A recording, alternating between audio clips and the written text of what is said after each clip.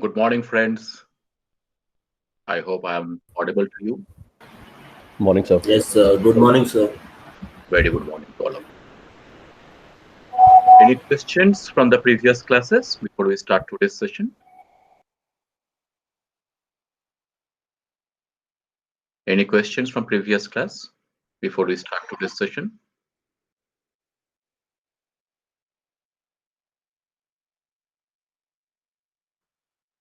So we covered four things precisely. The first one was business conservation and retention analytics. We covered that in the first two classes, a quick recapitulation for you, where we primarily covered about the solution framework. We discussed how to predict the churn score. In that context, we discussed k-nearest neighbor, different classification models like churn scoring, decision tree, random forest, support vector machines. Then we discussed about the churn time prediction, where we discussed two things. One is survival analysis, and second one is the long short-term memory. That is a deep learning framework. And finally, we discussed how a smart dashboard needs to be created for better churn prediction. So that was discussed in the first two classes. If you have any questions, you can ask me from there. In the next two classes, I discussed about customer acquisition, where we focused on three things: customer segmentation, target marketing, and recommendation engine. In customer segmentation, I discussed it in two broad ways. One is the product or the platform-based approach, and the second one is a analytics service consultancy. Both I discussed with examples, if you remember. For the platform, I walked you through a real-life platform, how it worked, with the screenshots of the platform. As far as the service consultancy is concerned, I walked you through two things again within that. One is how to do it with a real life example, with a hands-on example. And the other thing, or the second thing that I walked you through with that service base is a real-time use case or a project that I accomplished in a bank in Southeast Asia. So that's what, and in that context, I discussed that it is not only important to come out with the right algorithm, but also it's important how to present it to the business. And I discussed with the dashboard that how Tableau has been leveraged, how the power of Tableau has been leveraged on the top of the algorithm that you build over Python, SAS, or other things. So that was in the business or customer acquisition piece. That has been discussed in the third and fourth class. In the fifth class, we discussed the sales forecasting model, where I walked you through primarily three broad ways. The classical statistics, where it is ARIMA or time series analysis. I walked you through a hands-on example, and subsequently I shared the R codes and the reading materials, of course. In the machine learning approach, I discussed the application of extreme gradient boosting. And again, I subsequently shared with you an example of how extreme gradient boosting can be used. And finally comes the application of deep learning techniques or the long short-term memory in sales forecasting. So that was in the content of the fifth class. In the sixth class, I came to the retail analytics piece, where we discussed a few interesting things like how the satellite data or satellite image analytics can be leveraged to take the location decision. I discussed how the in-store image analytics can be leveraged for planogram, a real-time or dynamic solution of a planogram. I discussed about the retail analytics dashboards, where I discussed about multiple techniques like shelf replenishment, for example, or the category performance. And lastly, I discussed about beacon analytics, how beacon analytics can be leveraged to promote in a, I would say rather to mass customize your promotion. That's a better way to express it. So that has been discussed in the last 6 class. If you have any questions, you can ask me on any of these sessions. If not, then we will move to today's session on a very important topic widely used in the industry across the sectors is marketing mix modeling. And in the next 2 classes, today and tomorrow, we are going to discuss with hands-on example the marketing mix model with use case in the industry. Almost every month, I deliver this marketing mix modeling for different clients across the globe. And so that's a huge market. That's the reason I said that every month I deliver. So you can understand the kind of demand of this particular analytics piece is having. So if you can master even this technique, that would be great. Many of the companies where I worked at past, besides my own company, like Nielsen, they're again a master to this technique, and a significant amount of their revenue comes from selling marketing mix modeling. So that has got quite a market. If you can, acquire this skill, master these skills. This one skill also is good enough to open your own company, specialize in these particular operations. And as I mentioned, upon opening a company in the last phase of the last class, I discussed that it can either take a kind of service route or a kind of product route where you can create even a platform. So you can think of while I discuss you the entire story of marketing mix modeling, you can think of besides the traditional searches, can I create a platform? And that's what the folks in today's era, folks means all the startups, the new age companies, they're not in the kind of traditional mode of accomplishing a model which takes around say 3 months or 2 months of time. They don't take that much of time. They do it almost on a real-time basis once the platform is ready. So think how you can do it. Any questions as of now? Any questions before I start? I'm pleasantly surprised. Today is quite a massive gathering despite being a Sunday morning. 50 students joined as of now. That's quite a good number. Okay, so by the way, had this been covered at any time by any of your professors? Has this been covered ever? Yes, no? No, sir. No, sir. Okay. So pay a lot of attention. This is the most important thing among all the techniques, as I told you about the market. Important in the sense there's quite a market. I'm sure all of you know about this part. Let's understand what is marketing mix modeling part. Forget about the what modeling for the time being. All of you know what is marketing mix, right? Yes, sir. What is that? Please tell me very quickly. Sir, 4P of industry. 4P of industry. Sorry, 4P of the company, basically. 4P of the company. Company, yes. Product, price, place, promotion.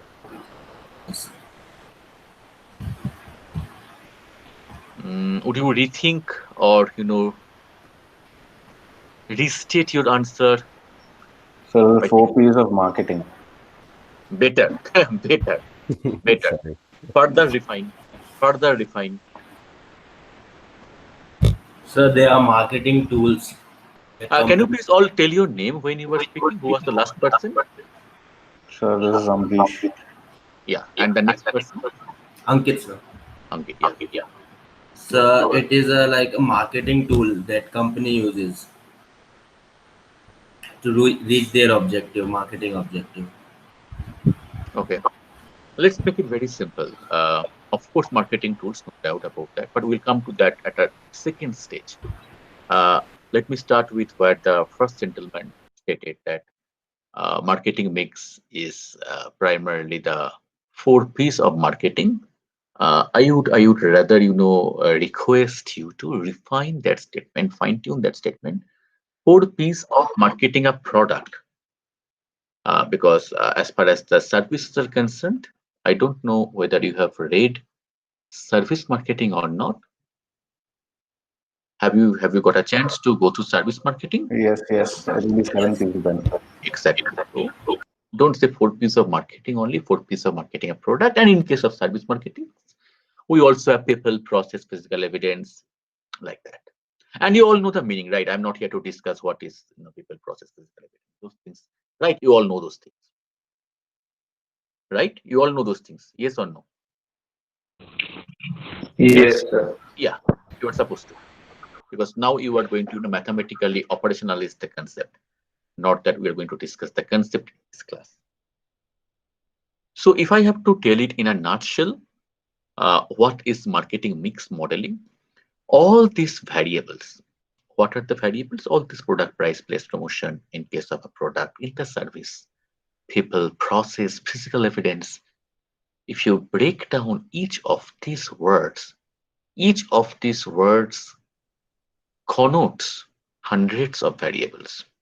Say, for example, promotion. If I say this particular word, somebody said it's marketing tool. What is a marketing tool? It is how you are, how it's a kind of lever. The lever you press, and as a response, the marketing happens. So if you just take this word promotion, there are several types of promotions. Like, it can be Facebook ad, it can be YouTube ad, it can be Google ad, it can be offline, online promotions. Within offline, you have got TV ad, print ad, OOH. So every word, if I take just the place, for example, the distribution again comes with several connotations, right? Brick and mortar, online, hybrid, and so on and so forth. So for the people, process, physical evidence, there's always so many variables. Now, if I have to put the marketing mix modeling into one word or one phrase, what it is all about, it is all about to figure out the impact of these variables on sales. I repeat, marketing mix modeling is all about, though there are other nuances, there are other subtle nuances to it, which will come at a later stage. But on a very high level, if I have to say it in the very first few minutes, what it is all about, it is all about figuring out the impact of all the marketing techniques, which comes from the 4 P's, 7 P's, and so on and so forth. What is the impact of these variables on sales? Is it clear what it is all about? Is it clear? Any doubt, any question? Is it clear? Yes, sir. It's clear. Yes, sir. Yes, sir. Good. Now we will do a little bit of theoretical exercise, like on what kind of variables we take on a real-time basis, how do we calculate all those things, and then we'll do a kind of hands-on experience, and then we'll come to a kind of use case in the industry. That's how the flow of the class will be. That's what we're going to do in the next 1 hour. So what are the key business questions for a brand manager? How does marketing activities drive sales? That means, so marketing manager or brand manager, what do? They do several marketing activities, like, as I mentioned, different kinds of promotions. They set the right price. They create the right distribution channels. So what is the impact of how does this marketing activities drive sales? Another key question, what is the return on investment for different marketing activities? So we will learn how to calculate ROI from the marketing mix modeling. Last but not the least, we'll cover how to allocate budget. That will not cover in today's class because this will be spanned over 2 classes. So in the next class, we will do it. How to allocate budget across different marketing activities. Say, for instance, you have got $1 million USD to allocate to all your marketing activities. How would you allocate that? So for that purpose, we use marketing budget optimization. We use sophisticated techniques. Traditionally, we used these operation research techniques like linear, nonlinear programming with the constraints. But nowadays, we use genetic algorithm for that. That's a more sophisticated technique. So we will discuss that maybe tomorrow. So that's how a marketing mix model looks like. If I have to say, how does it look like? So yeah, typically used using Bayesian linear regression or any form of linear regression for that matter.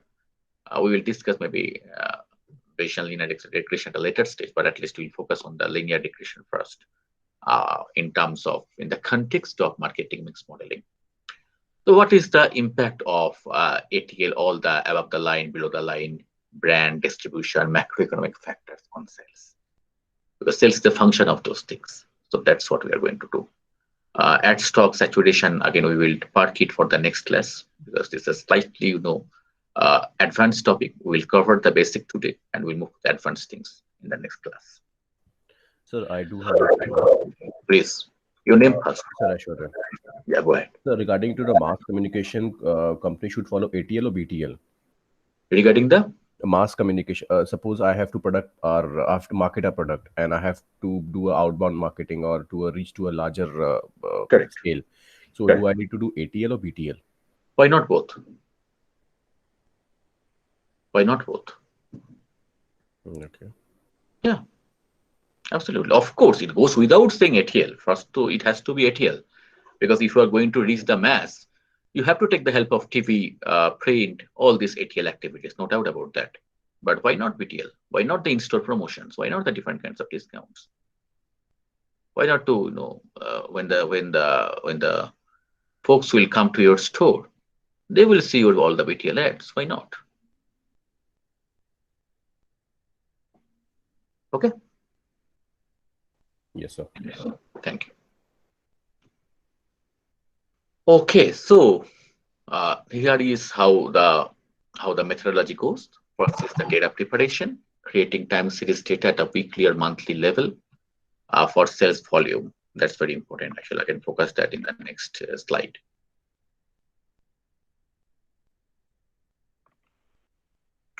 Creating time series data at a weekly, monthly level for sales volume and various marketing activities.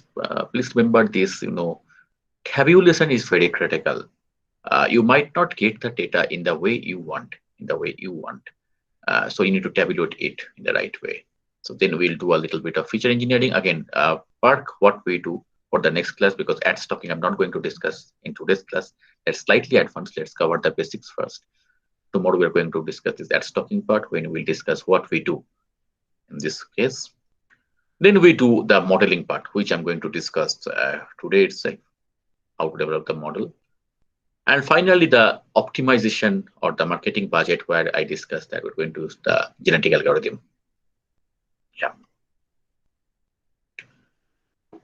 Now, this is again a very important concept in the sense that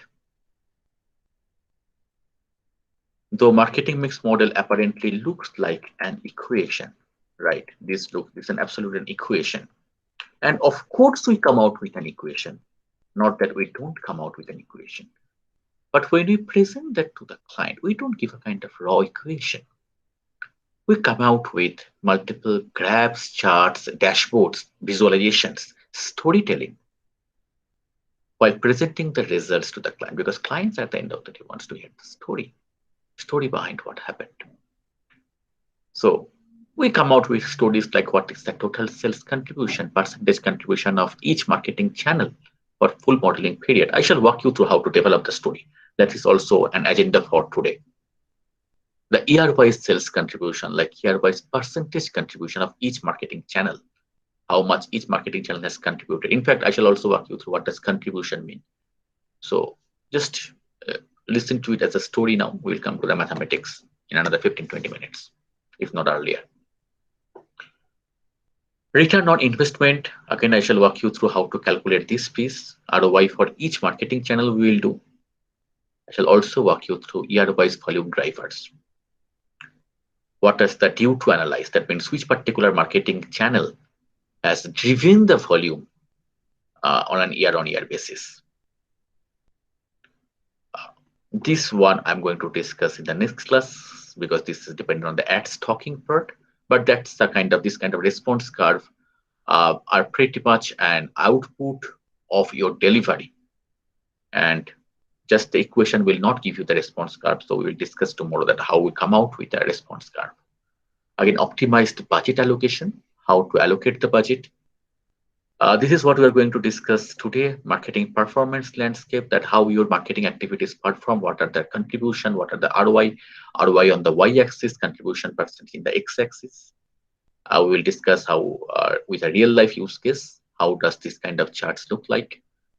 Portfolio budget allocation means, suppose in most of the scenarios, a company has got multiple product portfolio, right? They don't bank on only one product, but they have got one marketing kitty, right?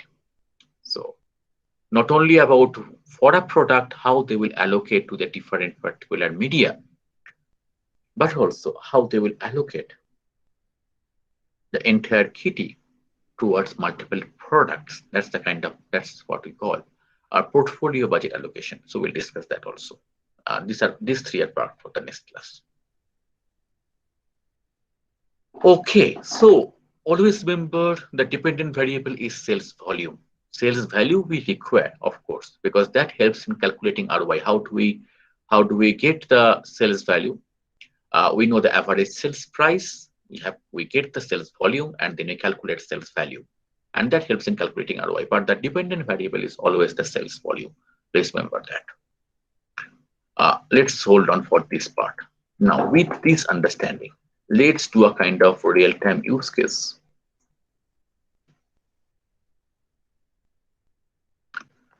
So this is a scenario where I have considered total 7 variables. The first one is the sales. Second one is market potential. Third one is number of dealers in a territory. Fourth one is number of salespeople. Fifth is index of competitor activity in the territory on a 5-point scale. Sixth is number of service people, and seventh is number of existing customers. What's my objective? My objective is to figure out what's the impact of this. How many independent variables are here? How many independent variables are there in this problem?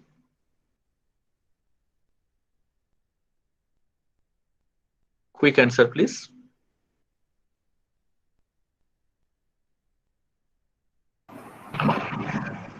Yeah. Quick answer, please. How many independent variables you can see here?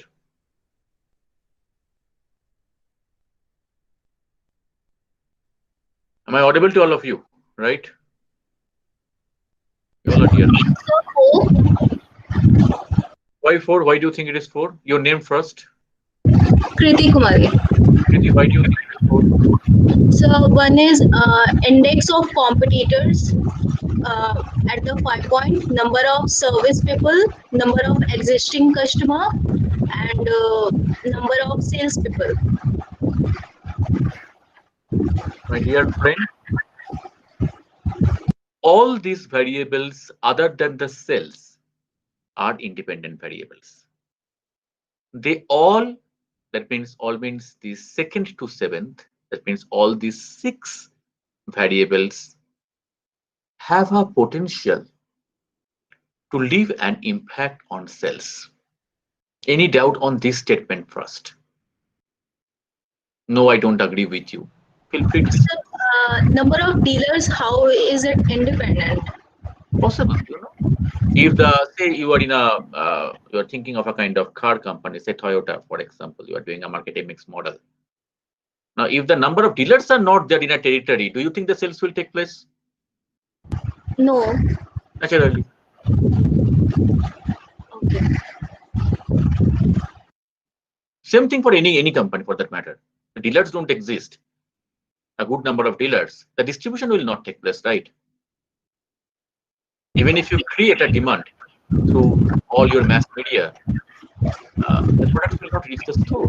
The distribution network is not substantial. It's not robust. Okay.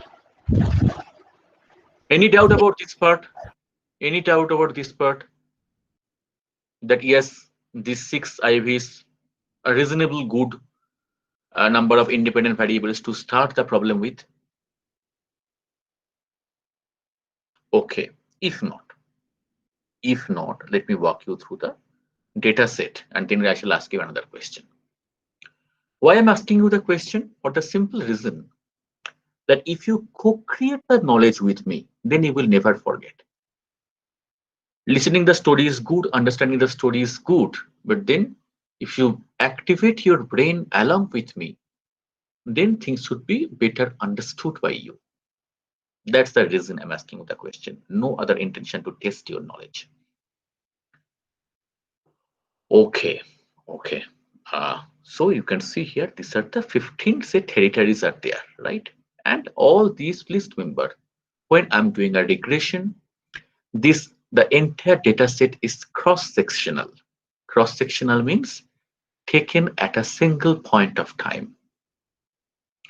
So is the first territory, sales 5, market potential 25, dealer 1, salespeople 6, computer 5, salespeople 2, customers 20. Customers means just number of existing customers in the territory. So for every territory, we have taken the data. Before we start, now, since some of you told me initially that you have done a regression, which is absolutely brilliant, then my labor gets reduced. I need not start from the scratch. So tell me that what is the first thing, even before doing regression, you should do to test the water, to see whether you got a good set of data or not. Any thoughts, observations on that?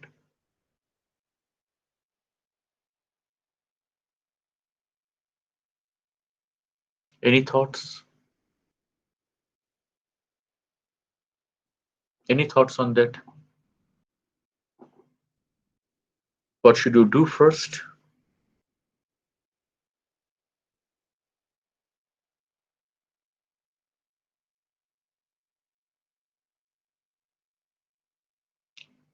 Let me give you the answer and then I shall again ask you the question, why this is the answer. The answer is that we should do a correlation analysis first before doing a regression. That's the answer. Now, since I gave you the answer, you tell me why this is the answer. Why? Why should you do? Why should one do? So to predict any numeric variables. No. No. And I've said a strong no here because then the concept of correlation is not clear. Correlation is never done to predict. Regression is done to predict. Correlation is to figure out what?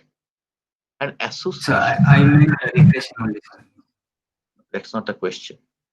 What is the question? Question first question I asked that before doing a regression, what should you do? Since all of you remained silent, I gave the answer that you should do a correlation first, even before you start testing any assumptions of regression or even touch the regression. Then my next question to you was that why should you do a correlation before even doing the regression? Any thoughts on that? Why should you do a correlation first?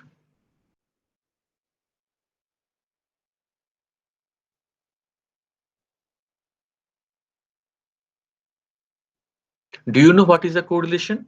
I just told you though.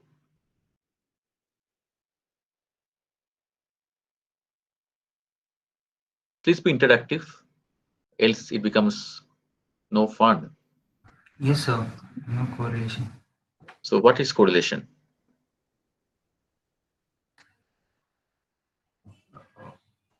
Tell me in simple terms, no definitions is required. Sir, how two variables are closely related to each other? Absolutely, as simple as that. Whether, don't use the word closely, are associated or not. They might be closely, might be remotely, we don't know whether they are associated or not. That's the point.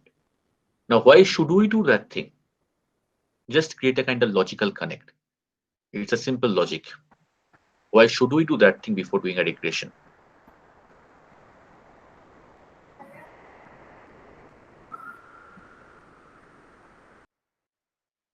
Any thoughts?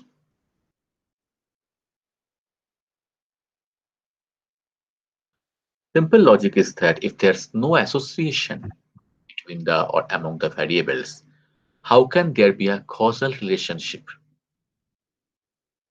Are you understanding this? This is something very basic what I'm saying. If one has to leave an impact on the other, then at first they have to be related. If these two things are not at all related, then there cannot be any causal relationship, right? Is this logic clear?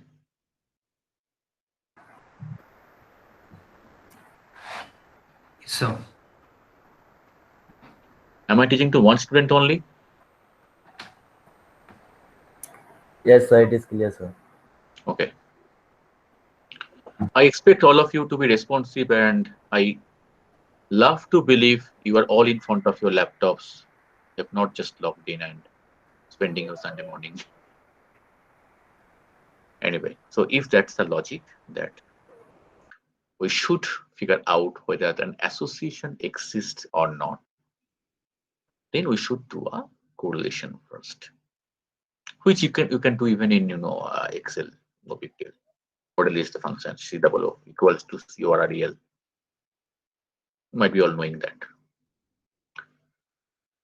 So what can you see? What can you see in this correlation chart? You can see that you have taken a reasonably good number of variables, good amount of variables, right? Folks are having a good correlation with the dependent variable. Is the dependent variable, right? Sales. Market potential, yeah, good correlation, significant, good correlation, significant, good correlation with number of salespeople, significant. Not so good. This is something you have to be a bit cautious. This doesn't look like it is having a good correlation. Rather, there is no correlation, not significant. Slightly negative, slightly close to zero. Yeah. Again, some question mark it is adding, and again reasonably good. So overall, I can see that besides a couple of them, overall this is not a kind of bad data set that we have chosen, or bad number of variables we have chosen. It's okay. Only a couple of them might have some questions. We'll see that. Okay, if you just look at the within them, there is not much of collinearity I can see, right? Amongst a number of statistical and this complete activity, not much correlation.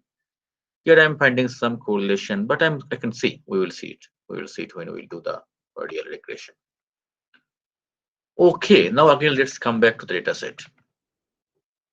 So once you are sure that you have taken a reasonably good amount of variables or good variables you have chosen, what's the next important thing? What should be the next important question for you to solve? What's the next important question for you to solve? And don't tell me about the assumptions of regression. We are not going to cover that thing because this is not a regression class. This is a marketing mix model class, and we will use regression in a much more practical way, not a kind of statistical way of doing with the regression, much more operational way of how it helps in marketing mix model. So let's keep that assumptions part, like normal distribution, homoscedasticity. You can always do that at your end, no big deal. Like homoscedasticity is error variance constant or not. Anyway, let's keep all those things, autocorrelation, all those things. Let's keep. Let's focus on the business questions. What's the next important business question in front of you that should be solved? And that doesn't require any kind of statistics knowledge. Just tell me. What's the next important business question?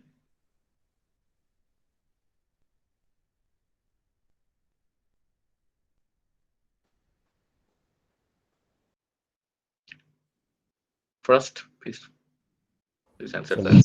what is the market potential? What could be the market potential? I mean, That is already given for every. Then you have not understood perhaps the question. What is purpose of doing a regression? Market potential has been given. What is the market potential of every credit ID has been given here? What is the business problem we are solving on a large scale? Forget about what is the next step, but what is the overall business problem we are going to solve here?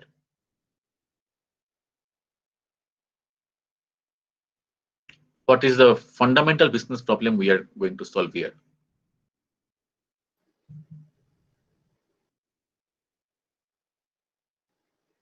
Sir, how these independent factors are affecting sales? Good. What do you mean by how? Clarify this word how. You are right. You're absolutely right.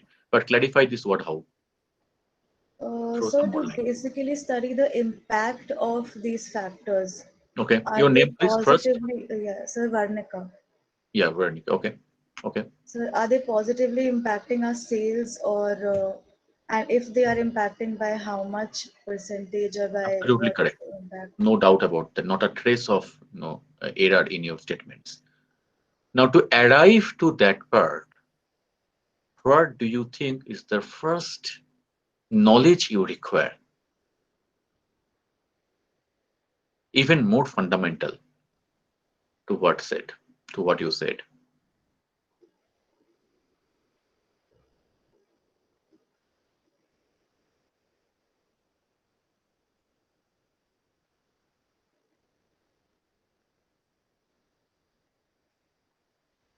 It's absolutely logical what I'm going to say, but I want you to think.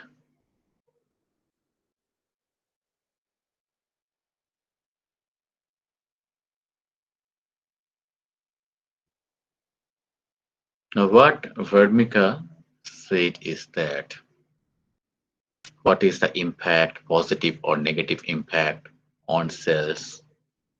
But even before reaching there, won't you require to know whether they at all leave any impact or not? If they at all leave any impact, then only the question comes like whether it is positive or negative. Am I making sense? Yes, sir. So before coming to what is the impact, how much, positive, negative, first you should check whether they're at all leaving any impact or not. Are you all with me? Yes, sir. yes, sir. Yes, sir. Yes, Great. sir.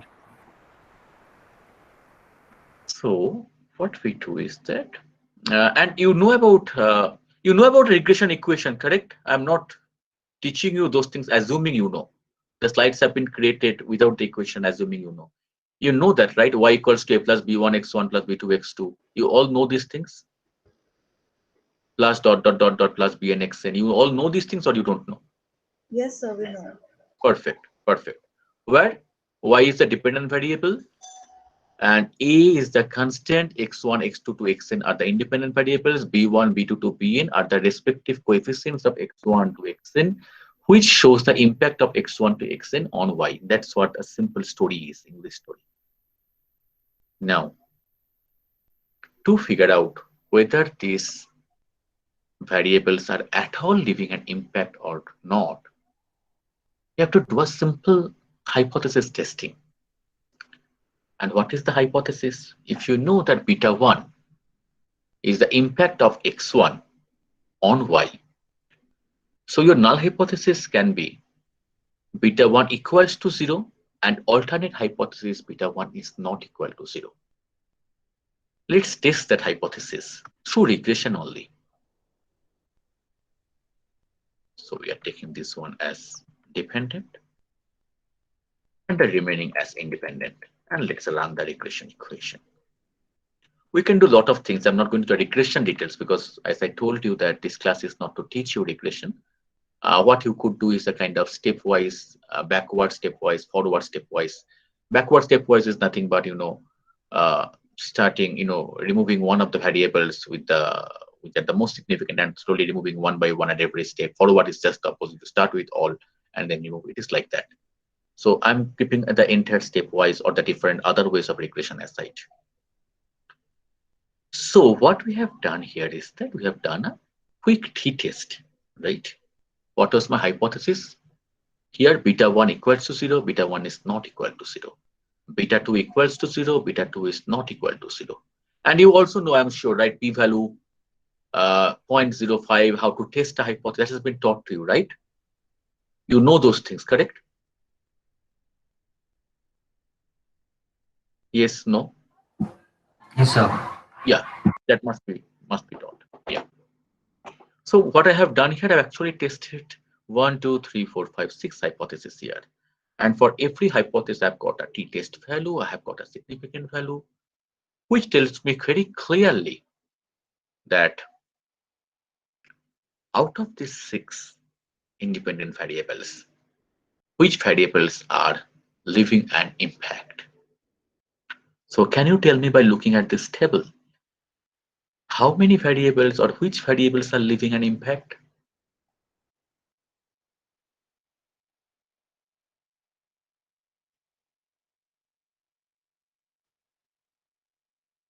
You need not focus on any of this part. You have to focus on this part because it's the t-value, the significant value. Even if you can ignore this column, that's also fine. So, service people and existing customers in the territory. Yeah, may your name please. Pulkit, sir. Pulkit, why do you think so? Because of such significant value, sir. It's 0.735 and 0.744. Okay. Any other observations? Are you all seconding Pulkit or any other observations?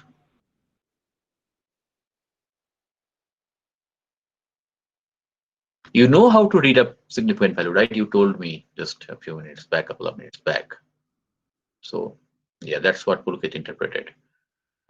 What else? Who else? Yeah. Let me name somebody here.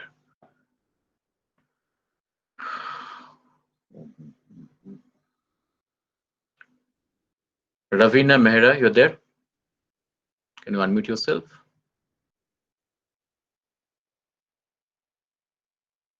Ravina Mehra? Are you there in front of your laptop? That's a good testing. Okay.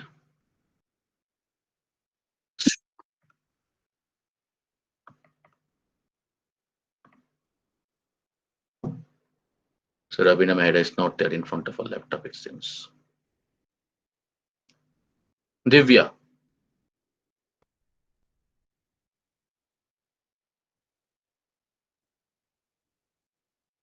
Divya Ravi, you are there? Good. Ankit Sharma, you are there? Yes, sir. Great. And Akriti, since you are taking the attendance, Please mark absent to the students for a significant amount of classes who couldn't respond because they are not really in front of the laptop. Just switched it on and were not there. Please consider this as a kind of strict instruction from my side. Right, sir. Thank you so much. Yeah, I think who was there? Ankit was there, right? Yes, sir. Yeah. Can you help me in interpreting even if you were wrong? That is absolutely fine. We are not here to test your knowledge, but yeah. Mm. Do you know how to interpret significant value? Actually, sir, I'm little bit confused about this. What are you confused about?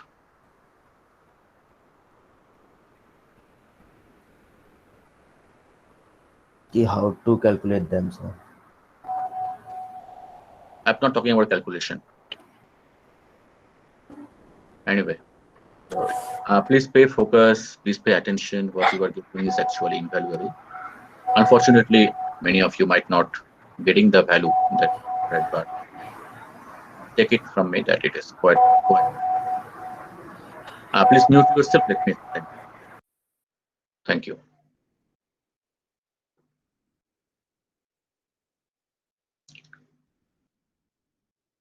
And Akriti, show me the attendance sheet after Monday. Yeah, I would like to have a look. Right, sir. Thank you so much. Okay. So, what we do in hypothesis testing is that we look at the significant value, especially the p-value, what we call in terms of significant value. We reject the null hypothesis in the scenario where the p-value is less than 0.05. What is null hypothesis here? Say in this case, null hypothesis for the first variable was beta 1 equals to 0. Null hypothesis for the first one was beta 1 equals to 0. So if I reject, that means what? Beta 1 or the first variable has got no impact. Beta 1 or the first variable has got no impact.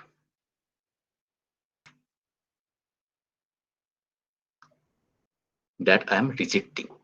What does that mean? If I'm rejecting it has got no impact, it means that it has a significant impact. Am I clear with this logic? Those who are listening to me? I know very few, but yeah, those who are. Yes, sir. Great. Yes, sir. Yes, sir. Who said first, Krishna? May I know your name, please? The lady. Sir, Varnika. Thank you.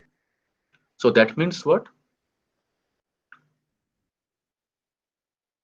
Market potential and number of cells in the territory are the only two variables that are leaving a significant impact on the cells.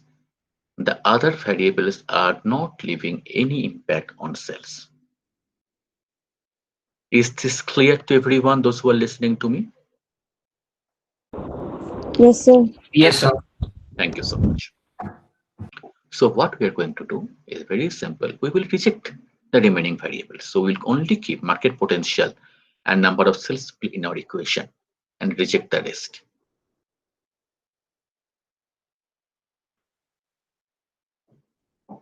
So number of dealers, I'm throwing it out. And all the last three, I'm throwing them out. So let me recreate the equation with only two independent variables. Yes, now you can see, right? You are having a regression data set with two variables and both of them are significant. That means these two are leaving an impact on cells. Making sense? This is a very neat equation. And not only individually they are leaving an impact, but also when they are taken together, they are also leaving an impact. It is another part. There is another thing to appreciate here is the adjusted R square. R square we take when they have got only one independent variable, they have got more than one independent variable, have got two independent variables.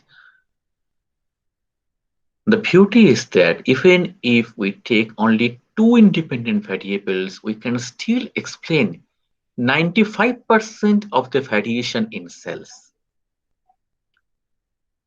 That's quite a good number. That's quite a good number, because the predictive power is 95% even if we consider only two variables.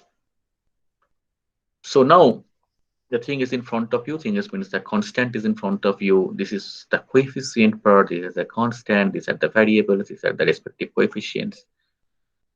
So those who are listening to me, who can help me in framing the equation, please help me in framing the equation. What's the equation here?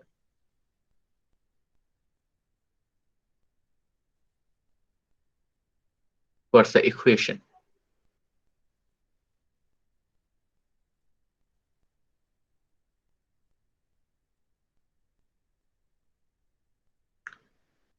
Those who are listening to me, feel free. You know already y equals to a plus b1 x1 plus b2 x2. That's what the equation looks like. Now you have got the figures in front of you.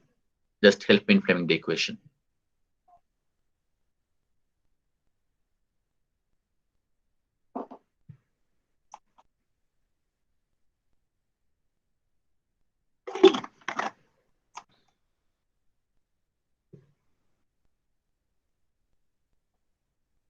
Any of you try it out?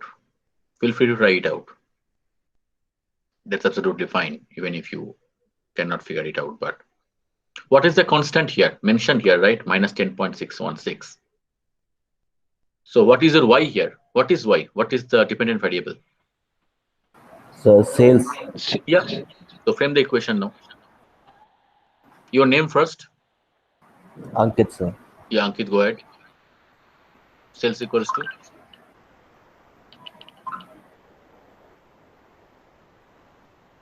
One second, sir. Sorry?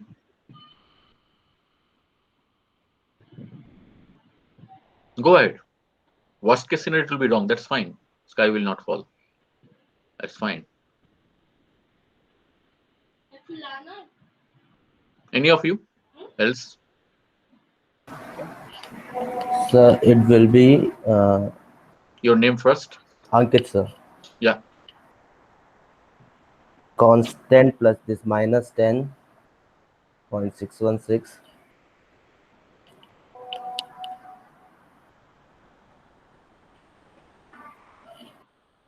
Anybody else? Anybody else? While Ankit is struggling, anybody else? This is a very easy question because the answers are results in front of you. Just say it out. Sir, Sandeep here. Yeah. Sales equal to 0.243 x1 plus 1.424 x2 minus this constant 10.616. Is it correct? Absolutely. Yes, sir. Thank you. Yeah. Absolutely. It's in front of you, right? Why are you struggling? Yeah. Sales equals to minus 10.616. That is the A1. That's a constant. Plus this is the first coefficient of the first variable plus second coefficient into second variable. As simple as that. Okay.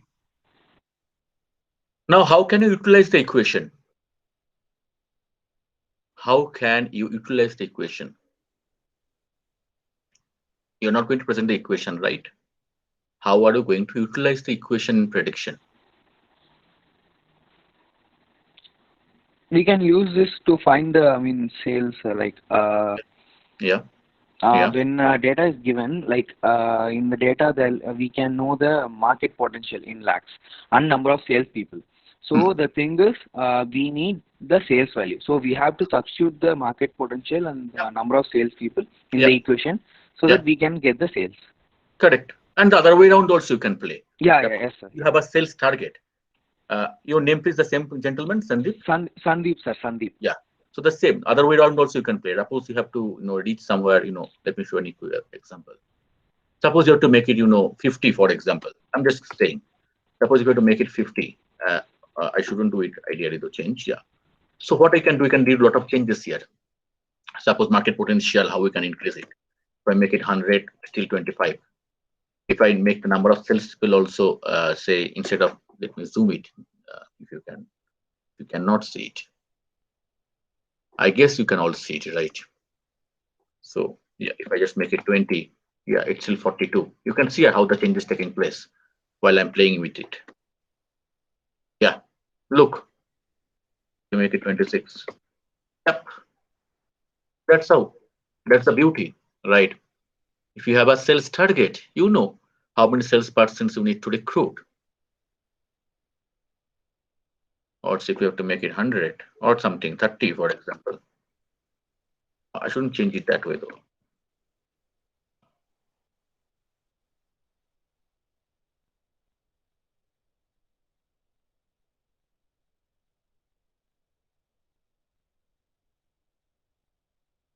Yeah. In that we can always play, right? Yeah. Are you all getting me? What I'm doing? Yes, sir. Because here is a formula, simple formula. This constant plus this one into this one plus this one into this one. So simple. Coefficient into market potential plus coefficient into number of salespeople. You can always create a very good looking dashboard out of it where the companies can play with it. Don't give an Excel sheet, create a beautiful dashboard. They can play, they can have a lot of other constraints like the salespeople salary, for example. How much salary? So you can actually have two choices. Either you increase the market potential or increase number of salespeople. So what is most cost effective way? Even that part you can bring to your dashboard. Am I making sense to all of you? Yes, no? Anybody who has not understood till this part, because we have done a lot in terms of operations, that how to operationalize your equation. First of all, you have seen how to create an equation, form an equation through correlation regression. This is how to dashboard the equation. Any doubt about this part, ask me. If you listen to me, if you have not listened, no point, right? If you're not there in front of your laptop.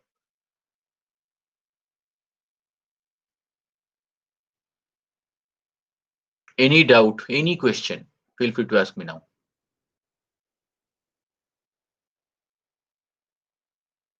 Okay, if you don't have any question, let me come back to these slides where we were. So we discussed this part like sales volume and sales value. Now I'm going to discuss a very important part called decomposition calculation, sales decomposition. Now, what does that mean and why it's used, where it is used? We'll discuss that part. But first, let's understand how to decompose. Say, for example, for every week, for the first week, if your TV GRP is 100, because these numbers are given to you, or TV spends is 100, whatever. Second week, it is 0. Again, third week, it is 100. Now, you have been given a coefficient of, say, 0.1 of TV. So what you are doing is simply multiplying to decompose the cells. Now, what does that mean? It means that on the first week, 10 cards are sold because of TV. And total decomposition means total 20 cards are sold because of TV. That's how you are decomposing the cells. Not only about TV, you can do it with all the different media or the tactics you can do. Through the coefficients, multiplying the coefficients with the spends, and then you can come out with the decomposition. That means these total sales are because of what? What is the contribution of TV or any other print, any other media for that matter? Any doubt about this calculation part? Any question? So this coefficient of 0.1 is That is coefficient, you somewhere. got it here, right? Yes, sir. So it will be given to us, or we have to find out this, no? What Yeah. have you found out here?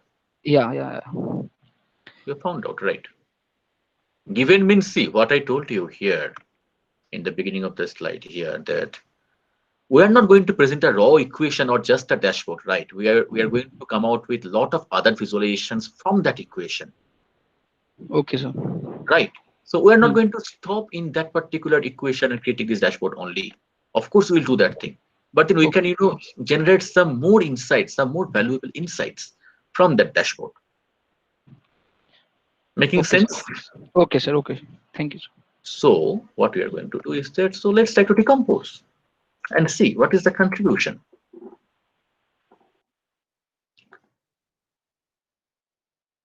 So same thing, I can do it. Month-on-month contribution to retail sales. Again, very interesting, insights I can generate. Very interesting charts, visualizations, dashboards I can generate. So this is the base. This is the BTL, ATL. And then further, I can figure out the decomposition month on month. Making sense? From here only, I'm just doing it on a month-on-month basis. How Yes, your sir. media are performing. Okay, now the volume contribution. So you can see here, like these are all the by the use case. This is not, I'm developing for you. I developed it for some leading companies, and from multiple companies, multiple use cases have taken this charge. But these are all real time. I shouldn't mention the name of the companies or the organizations, people involved, but these are all the leading companies. These are all the real time cases. And that's these charts exactly we present to the clients, and these are extremely valuable for them. So total volume contribution, we come here like base is this much, and then ATL is 25.7 and BTL is 9.1. And then further ATL, we segregate. Okay, so print is 11.7, TV is 0.9, AOATL, area office, that's fine, keep that part aside. So area office takes some decisions. So that is 12.3. So that's how it's been segregated. So you can segregate and show that how the BTL is contributing, how your ATL is contributing, what's the exact contribution. This is the year-on-year channel-wise contribution. Like in the full analysis period, for example, 1718 to 1819, that's the kind of couple of years analysis period.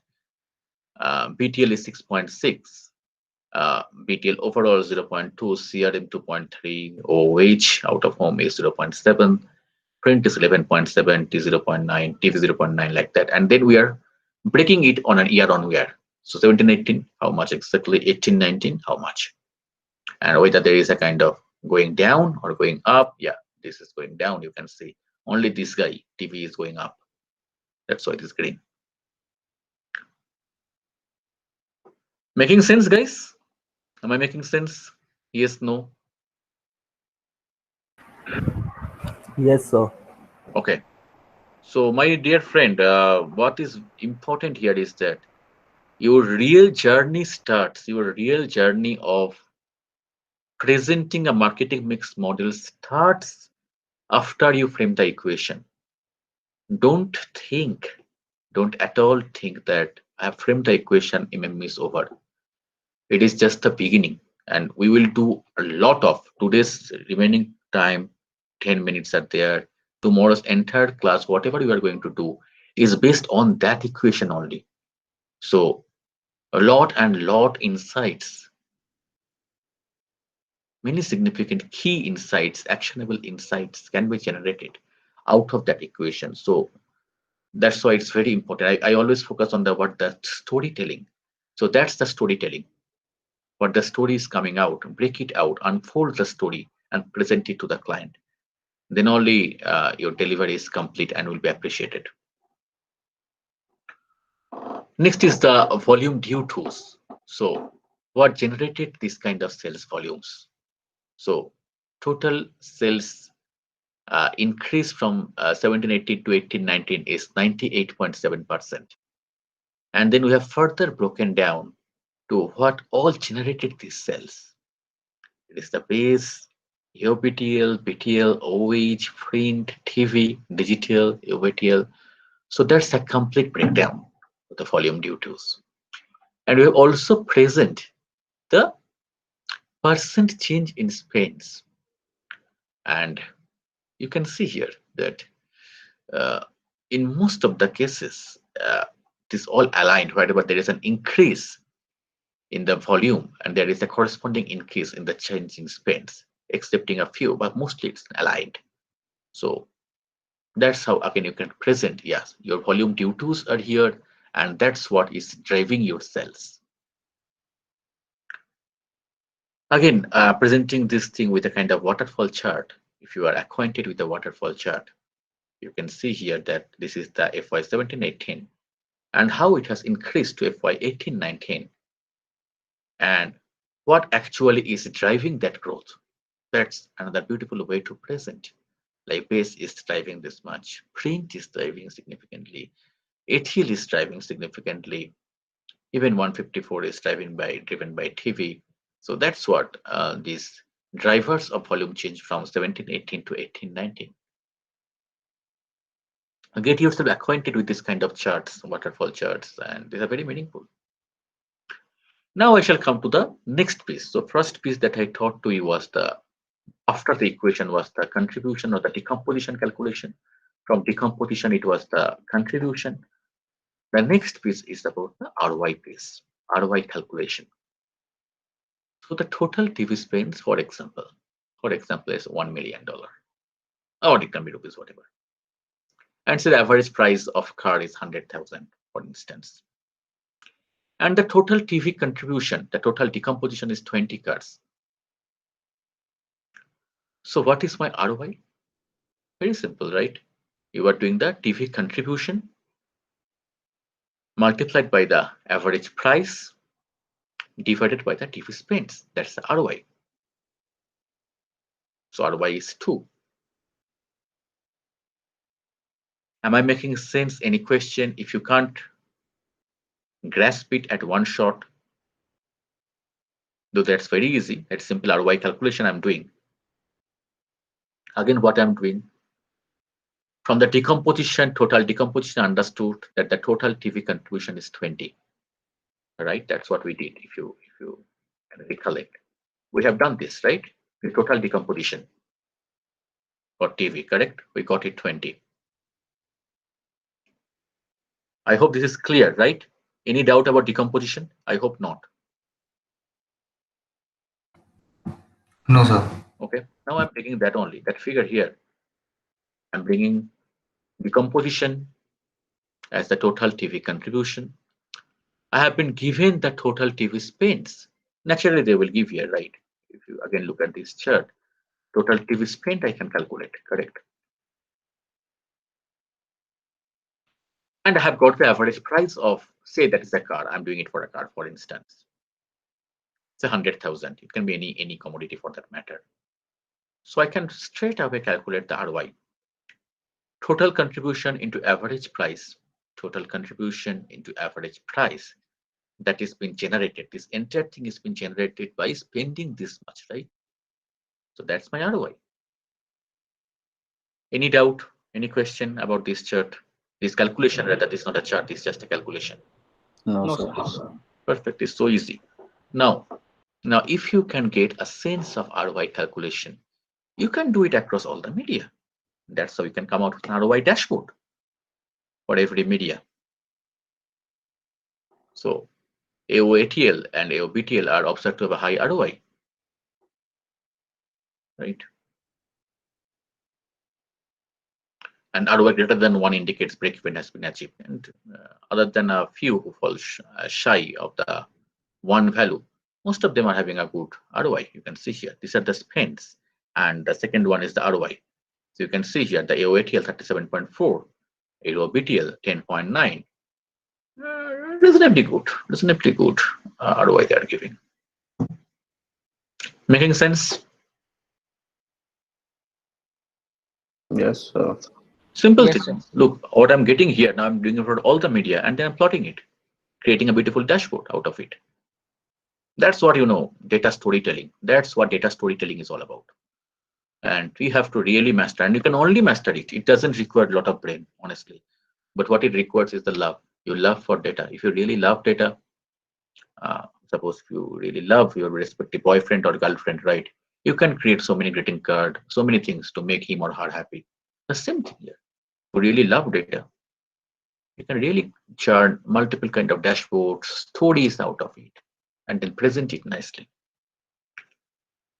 This again, beautiful strategic landscape, which our performance landscape we create.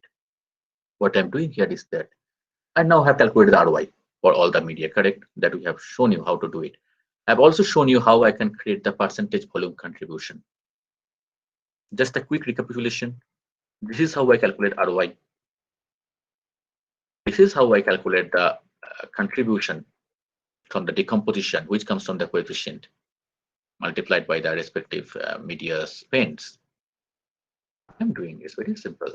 I'm plotting the two things together and create a bubble chart where my y-axis is ROI, my x-axis is volume contribution, and my size of the bubble indicates the spends. Making sense?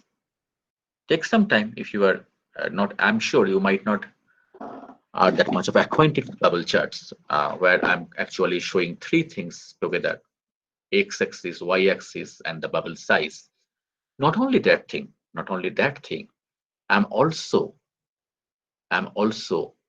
classifying this entire chart, the area of the chart, into 4 quadrants, 4 space, where this high, that means the percentage contribution is high, is the volume contribution, and the ROI is high. I'm considering that as kind of maintain. Yeah, you maintain. Your ROI is high, contribution is high. Maintain it. Where the synergy, where your quadrant is about where your percentage contribution is high, this part is high, but your ROI is low. You can see ROI is low, but this is high. I say this is to negotiate, to really negotiate hard here. Optimize. Your ROI is what? ROI is high, right? Whereas your contribution is low. Optimize. Evaluate where it is both low, to really evaluate it. You can see here that print, EO sanctions, and CRM are in the best performing channels. So that's the kind of good performance landscape. Performance landscape means what? How your different media tactics are performing in terms of ROI, in terms of contribution, in terms of how much you are spending, how good they are.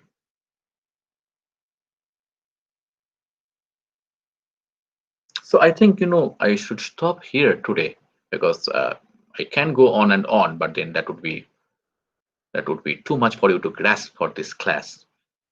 So again, I recapitulate. The most important thing, the takeaway from today's class, if I have to say it in one word, is that generally in most of the classes, most of the folks say to you is that the the regression equation has been done, the problem is solved. It's just the beginning. Please remember, forming an equation is just the beginning of telling a story, of telling a data story. You have to really understand the implication of that equation in the business and unfold the story to the client, that what does that mean. If we can really come out with this kind of stories, client will appreciate. If you ever get a chance to visit my website, you can see in the homepage of my website only a client of a leading MNC appreciated about my MMM, which gave a kind of 90%. And why those kind of global MNCs appreciate? Because of this story. It's not just throwing an equation. Anybody who is kind of knows Python or R can throw an equation, but that's not the goal. That's only the beginning of the journey. With that note, I shall end the class. If you have any questions, ask me now. If you have any questions, ask me now. Any questions you are having?